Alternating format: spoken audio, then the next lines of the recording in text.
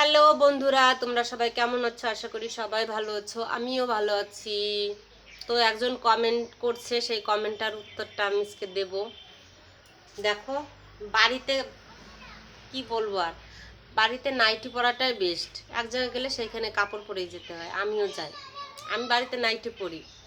এখন বলছে মেসেজটা যেটুকু আমি উত্তর পেলাম, যেটুকু বুঝলাম, যে নাইটি পরে কেন ভিডিও করো? ভাই, বাড়িতে কাজ করি, সংসার করে সব কিছু করে, ছোট্ট একটা মেয়েকে, ছেলেটা স্কুলে যাওয়া, সব কিছু ঠিকঠাক করে তারপরে ভিডিও করি যখন সময় পাই। আমি এক ভিডিও করি কখন দেখবা, আমার এই ঘরের দুয়ারে বসে আমি স্নান করে আসি যখন, তখনই আমি ভিডিও করি।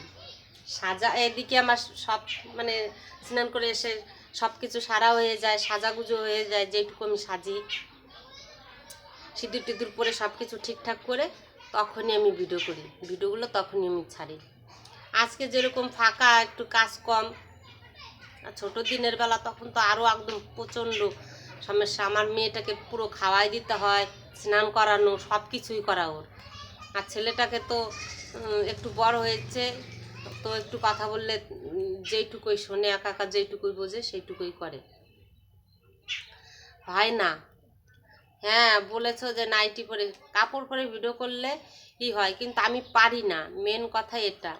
এই যে এখন মেয়েটাকে বিকালের কাজ এখন সব কিছু সারবো, এর মধ্যেই যেইটুকু সময় পাই আমি সেই সময়ের মধ্যে আমি ভিডিও করি। তোমাদের ভালো লাগলে অবশ্যই, আমি প্রথম থেকে বলছি, আমার পাশে থাকবে। হ্যাঁ, আমার নাইটি পরে করি, এটা নাইটি পরে করা কিসের খারাপ? আমি তো কোনো জায়গায় খারাপ চোখেই দেখি না। কারণ না, সময় নিয়ে কথা, আমি যদি সময় না পাই সাজতে, একটা সাজারও তো দরকার, সময় থাকা দরকার। যেরকম আজকে সময় পেয়েছি, আজকে আমি 3টা ভিডিও কাপড় পরে করছি,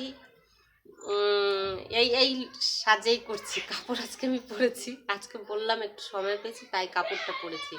তো বন্ধুরা, প্রথম থেকেই বলছি, আমাকে সাপোর্ট করবে, আমার পাশে থাকবে এবং লাইক করবে। তো বন্ধুরা, টাটা, বাই বাই।